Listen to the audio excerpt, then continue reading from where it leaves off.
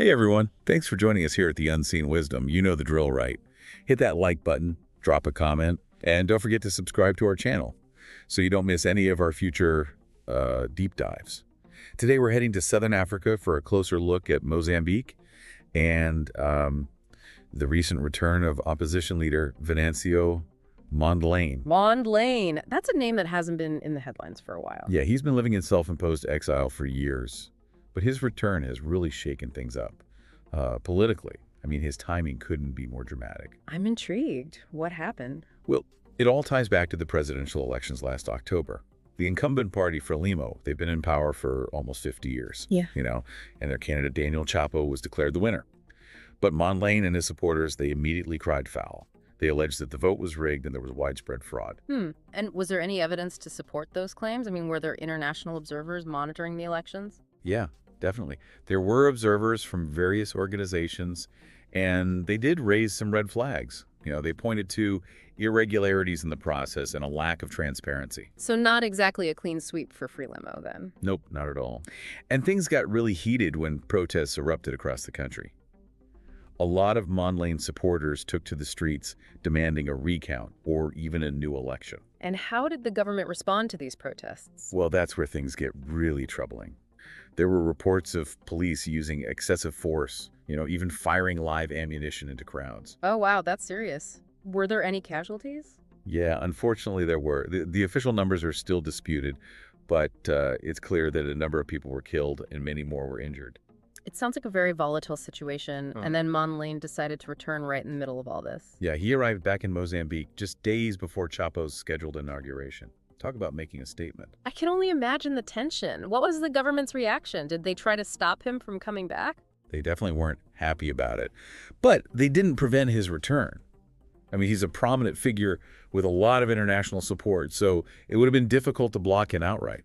So what's Mondlane's plan? What's he hoping to achieve by coming back at such a sensitive time? That's the million-dollar question, isn't it?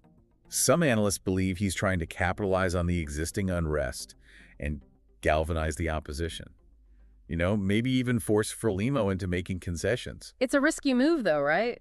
Frelimo still controls the military and the police. I mean, they could easily crack down on him and his supporters. Well, absolutely. It's a high-stakes gamble. Here. But Mondlane has never been one to shy away from a challenge.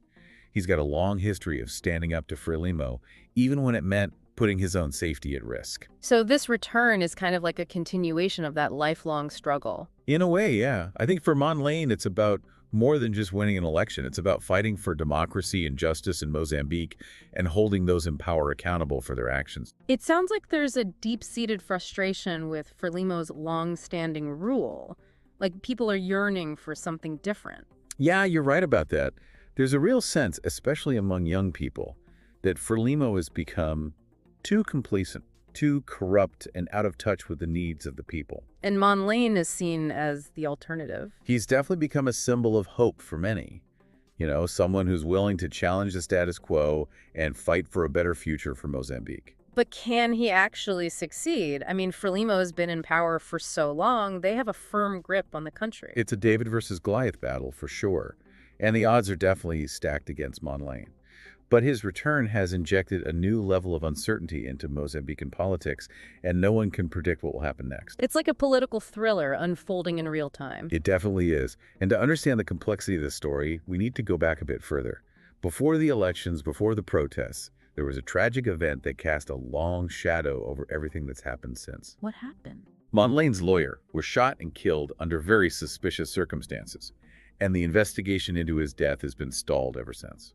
So there's a sense of injustice, like someone is trying to silence Mondlane and his supporters. Yeah, there's a lot of distrust and suspicion surrounding the whole incident. This really fueled the anger and resentment towards Frelimo. So Mondlane's return isn't just about the election results. It's about seeking justice for his lawyer and for all those who've been marginalized or silenced by the regime. Exactly. It's about holding those in power accountable and demanding a more transparent and just system for all Mozambicans. That's a powerful message, and it seems to be resonating with a lot of people. But as we've discussed, Frelimo is a formidable opponent. Right, and things get even more complicated when you look at the internal dynamics within the opposition itself.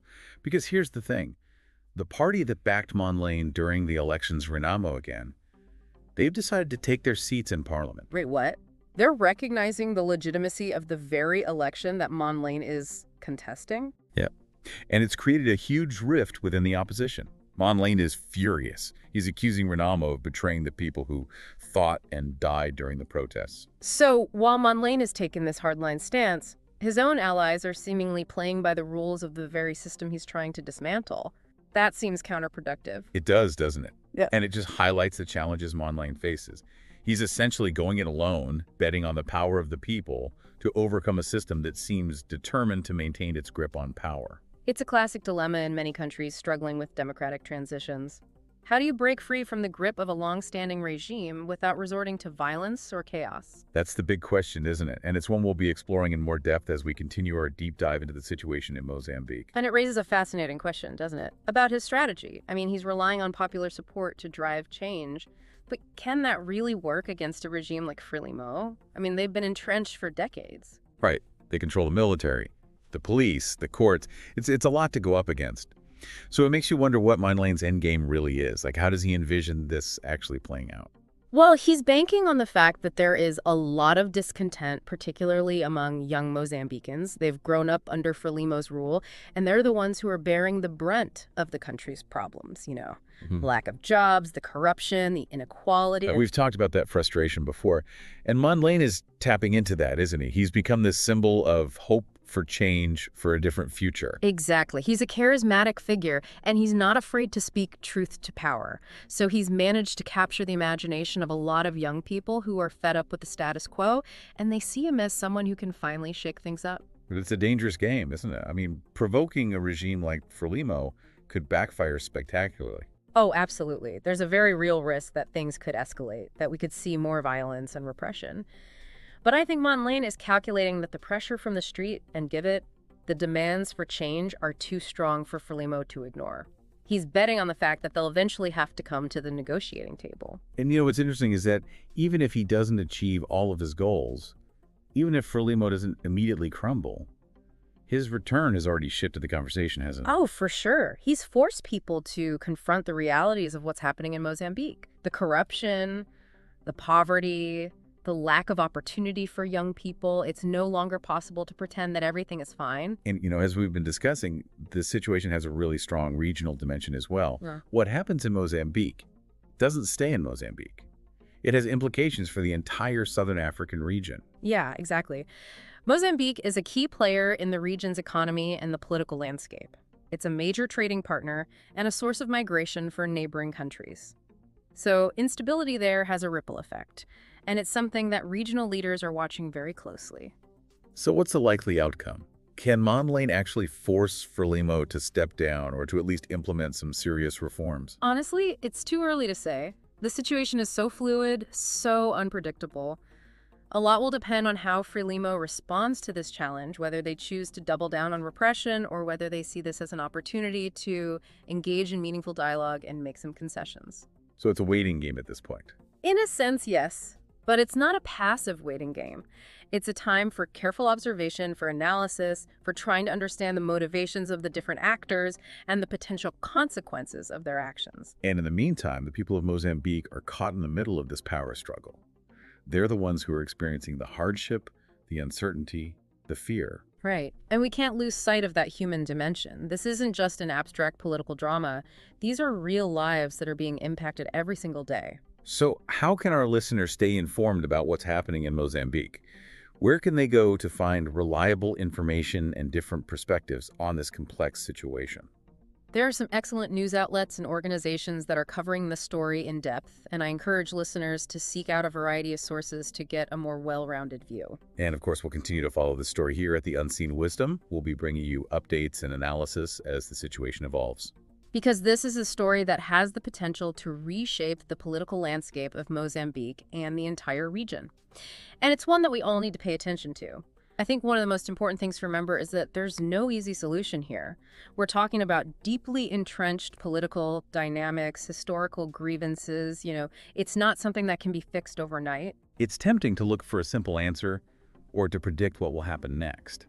But the reality is this is a complex situation with so many moving parts. And that's why it's crucial to stay informed, to keep learning, to be open to different perspectives. Yeah. Don't just accept the first narrative you come across. Exactly. We need to be critical thinkers, right? Challenge our own assumptions and really dig deep to understand the nuances of what's happening. Absolutely. And that means going beyond the headlines. Yeah.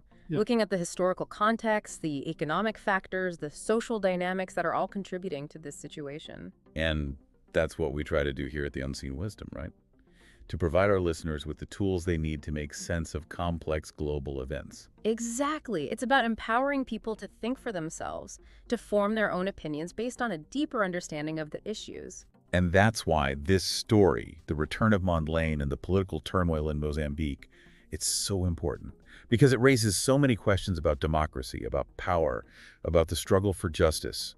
These are universal themes that resonate far beyond the borders of Mozambique. Absolutely. And it's a reminder that the fight for a better world, it's ongoing. It's happening right now in different corners of the globe. And we all have a role to play in shaping that future. So, as we wrap up this deep dive, what's the one thing you hope our listeners will take away from this conversation? I hope they'll come away with a sense of curiosity, a desire to learn more about Mozambique, about the challenges facing the region, about the people who are fighting for a better future. And to stay engaged, to not turn away from complexity, but to embrace it, to seek out diverse perspectives and to keep asking questions. Exactly. Because the more we understand, the more informed we are, the better equipped we'll be to make a positive impact in the world. Well said. And on that note, we'll be back soon with another deep dive into a compelling global story. Until then, stay curious, stay informed, and keep seeking the unseen wisdom all around you.